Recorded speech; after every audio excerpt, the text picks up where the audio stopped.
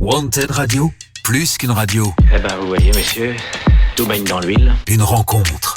Allez, messieurs, dames, merci d'être sur Wanted Radio. Bienvenue. Et c'est parti pour l'interview exclusive. Messieurs, commençons par nourrir notre efficacité. L'interview exclusive de Wanted Radio. Bien, bonjour à tous, bienvenue sur Wanted Radio. Aujourd'hui, nous recevons Léa Chiron, chanteuse de blues rock folk. Voilà. Et elle est avec nous aujourd'hui pour nous présenter son nouvel EP qu'elle vient de mettre en ligne sur toutes les plateformes de téléchargement légal. Bonjour Léa. Bonjour, tu vas bien tout le monde. Ouais, ça va super. Merci de répondre à mes questions sur Wanted Radio. Avec plaisir. Alors, pour toi, tout a commencé réellement en 2016. Ouais. Même si tu as commencé la musique bien avant, où tu as décidé, après plusieurs clips et créations musicales en cover, de passer à la composition. C'est ça. Voilà. Tout à fait. Et alors, pourquoi avoir choisi le rock ? Pourquoi pas ? Arrête. Là, tu vas être ravi des réponses. Oui, voilà. Ça va être génial. Pourquoi ? Parce qu'en fait, c'est un univers que j'ai découvert il y a à peu près, 2 ans. Où je me suis vraiment plus intéressée à cet univers-là. Et parce que ça, c'est plus un son qui est en adéquation avec ma personnalité. D'accord. Avec une envie tu vois, d'une pulse de ouf, une énergie, il y a énormément d'énergie dans cette musique, j'adore ça. Et c'est une musique pour moi où ça sort des tripes, quoi. Enfin, ouais. Moi, ça me ressemble vraiment beaucoup. Et voilà, pour ça, le blues, le rock, c'était vraiment mon idée, parce que j'ai découvert des artistes également qui m'ont énormément plu, touché, et des groupes. Et donc du coup, grâce aussi à un groupe de rock sur Bordeaux que j'ai rencontré et qui m'ont donné un petit peu cette culture aussi, qui me l'ont fait partager, et voilà, c'est pour ça que j'ai choisi le blues rock. Ça marche. Dans une ville comme Bordeaux où le rock est énormément représenté, est-ce que pour toi c'était facile de commencer à créer autour du rock ? Est-ce que ça a été facile ? Je vais dire oui, ça a été facile. Ouais. Ça a été facile de créer dans la création artistique. Ça veut dire, tu vois, composer les titres, écrire mes paroles, composer les lignes de chant et travailler avec les musiciens. Là, ça a été du bonheur et ça a été intuitif et direct. Maintenant, au sein de Bordeaux, je n'en sais rien encore parce que je sors à peine mes titres. D'accord. Je me fais à peine découvrir sur ce registre-là, tu vois. D'accord, je vois. Tout nouveau. Je vois. Est-ce que tu as pu voir déjà les personnes qui te suivent ? Est-ce que tu as des retours sur ton EP ? Ouais, j'ai de très bons retours. Alors il y a des titres qui ressortent plus que d'autres. Maintenant, on aime bien ceux qui sont bien dynamiques, tu vois. Ouais. Ceux qui ont une bonne pulse et très très rock comme il avait, ou ne me prenez pas la tête. Illumine ma vie aussi. Donc ça reste j'ai de bons retours et je suis assez contente là-dessus. C'est assez pour moi ça me touche et c'est très satisfaisant. Je me dis que mon choix est le bon, je suis partie sur la bonne voie du choix musical, artistique, tu vois. Ça marche. Et donc, ton EP s'appelle Espoir. Tout à fait. C'est bien ça, il y a 5 titres dessus. Ouais. D'accord. Quelle est ta source d'inspiration quelle a été ta source d'inspiration pour écrire cet EP ? Cet EP, si tu veux, il est assez autobiographique. D'accord. Donc la source d'inspiration, c'est un petit peu ma vie. Okay. C'est un petit peu ma vie, mais c'est aussi notre société. C'est pour ça qu'il est basé, enfin, il s'appelle aussi Espoir, surtout pour ça, sur le fait, l'espoir que j'ai concernant ma vie, mes histoires, parce que t'as quand même 2 titres qui sont d'ordre sentimental, donc c'est lié là-dessus aussi. Et après, tu as surtout sur notre société un espoir d'unité. Tu vois, de solidarité entre nous. Ça, c'est un de mes plus grands espoirs et voilà, d'unité, de tout ça. Est-ce que entre le premier et le dernier titre de ton EP, il y a un fil rouge, c'est-à-dire une histoire entre chaque morceau, ou chaque morceau raconte quelque chose de différent? Tu vois ce que je veux dire? Est-ce que y a une suite dans tes titres? La dominante dans chaque titre, et le mot revient d'ailleurs dans chaque titre, espoir. Ça, c'est mon fil rouge, si tu veux. Maintenant, dans un titre, tu peux avoir une histoire d'amour regrettée. La plupart du temps, c'est ça. Et sur 2 titres, en tout cas. Après, ça va être les péripéties un petit peu de ma vie. Et puis, sur un titre comme Ne me prenez pas la tête. Et ces choses-là, qui est un blues, va parler de notre quotidien, de mon quotidien, et des choses qui alimente ma vie et qui illumine cette vie aussi. Mes espoirs concernant, c'est aussi concernant notre société, ça va être aussi anti-formatage. Je suis vachement là-dedans. Ouais. Anti-formatage sociétal, se libérer de nos chaînes, des stéréotypes, des idéaux. Tu vois, moi je suis vraiment basée là-dessus. Okay. Donc t'as 2-3 titres, t'as 2 titres comme ça. Après c'est de la libération de l'être, quoi. C'est vraiment, je dirais c'est de l'espoir, mais c'est un EP qui est vachement posé sur la libération de mon être, de ma personne. Et voilà. Du coup, quand tu parles des chaînes, quand tu parles un peu de tout ça, est-ce que tu es un peu contre l'idée que la société doit vivre du genre métro, boulot, dodo, ou plus chacun vit suivant sa personnalité? Tu vois ce que je veux dire? Est-ce que il y a un peu comme une genre de directive, pas directive, je sais pas comment trouver les mots, mais où la vie idéale c'est la petite maison, la voiture. Ouais, ça c'est la construction de notre société. Non, pas du tout. Le crédit qui est. Je suis aux antipodes de ça, tu vois. Exactement. Moi, je suis aux antipodes. Ou plutôt, vivre. Comme tu l'entends. Comme tu l'entends. C'est surtout ça l'idée dans ces choses-là, c'est ce qui se ressort vachement, tu vois, par exemple. Mais bon, c'est de toute façon tous mes titres, c'est exactement ce que je pense, que je suis. C'est mon identité. Donc du coup, moi, ma vision des choses, c'est plutôt, vivons. L'idée, c'est de se libérer de ces chaînes et de vivre comme bon nous semble. Avec notre manière de penser, d'être. C'est ça l'idée, même je dirais générale de la vie. Et du coup, est-ce que tu y arrives? Moi, est-ce que j'y arrive? Est-ce que toi, ta vie, tu la considères comme vivre comme tu l'entends, ou t'as quand même où on te ramène beaucoup à toi, ce que je veux dire, à te dire écoute là maintenant du conformisme sociétal. Je me libère de plus en plus de ça, donc du coup je dirais que je suis en phase de construction. D'accord. Moi je suis depuis mes 30 ans, je suis vraiment en phase de construction, de vraiment me trouver moi et de savoir ce que j'aime et ce que je veux, où est-ce que je veux aller, et aujourd'hui je sais où je veux aller.